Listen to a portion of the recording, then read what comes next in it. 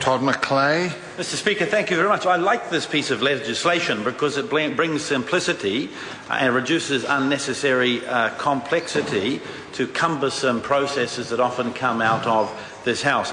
I think it was the, at the time, President of the European Commission in Europe, Jacques Delors from France, who said governments should do less, but what they do, they should do better. And as far as this legislation bill is concerned, I think very much this goes a long way to helping bring the legislation that this Parliament creates closer to the people of New Zealand.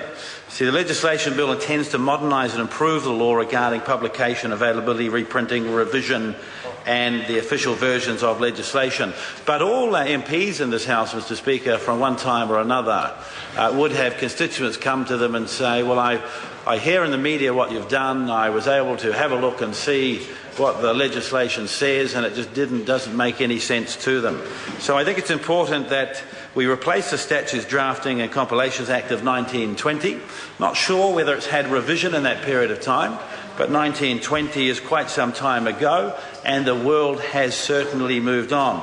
So in particular, Mr. Speaker, I recognise that the changes made in this legislation will have a big impact. Establishment of a 3-yearly programme of systematic revision of acts. Well, that's quite important, and indeed if this was in place earlier, then perhaps one of the bills that it's replacing, that was drafted in 1920, would have been updated previously, and we wouldn't be needing to do what it is we're doing today. I want to say that a couple of things are very important to all New Zealanders. Clear and accessibility of law, I think, is a fundamental part of the rule of law, and it's because people need to understand the legislation that we pass here in this House. And for this to happen, Parliament needs to focus, do its job properly. Waffly and imprecise wording is of absolute no use to anybody. The Law Commission, Mr. Speaker, has rightly said that our statute law as a whole currently lacks cohesion, is untidy, and can be difficult to understand. And I want to recognise, I think the Parliamentary Council Office has gone to great lengths to try and work within this, but it is important that we use clear English in our bills so that they can be more easily understood.